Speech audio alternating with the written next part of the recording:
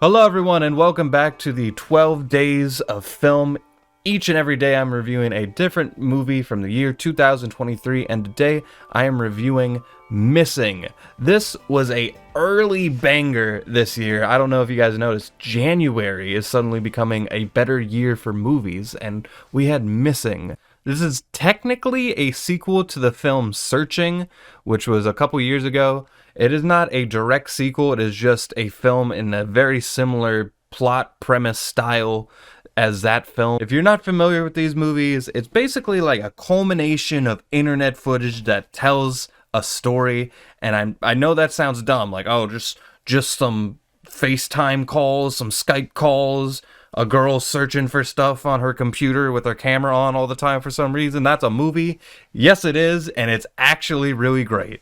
I think this film's gimmick, as you will, is actually one of the best things about it, because it's a very unique form of storytelling where pacing, editing, finding unique ways to use these different internet tools to get where you want to get. I think that's actually a really creative way of doing things, and it's trying to stitch this story together, finding whatever way it can. You could say it's handicapping itself by doing that, but plenty of times in the past have people been handicapped.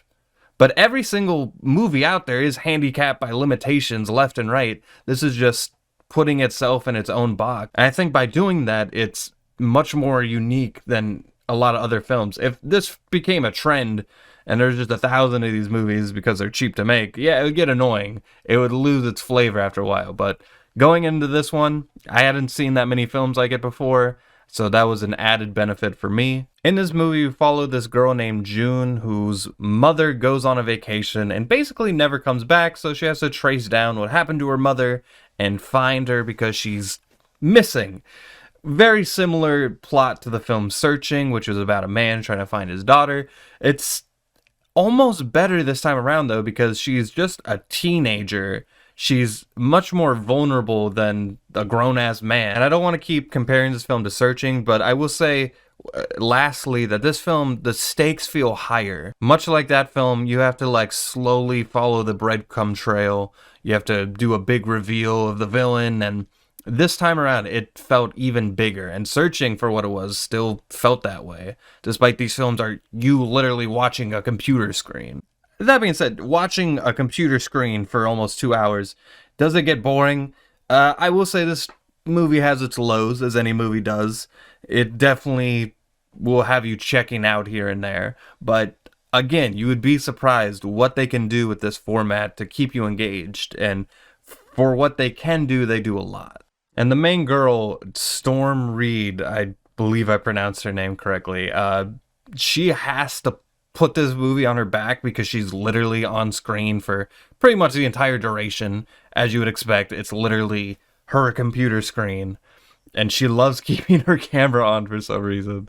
But every film I've seen her in, even in Euphoria, she kills it. In this film, she kills it.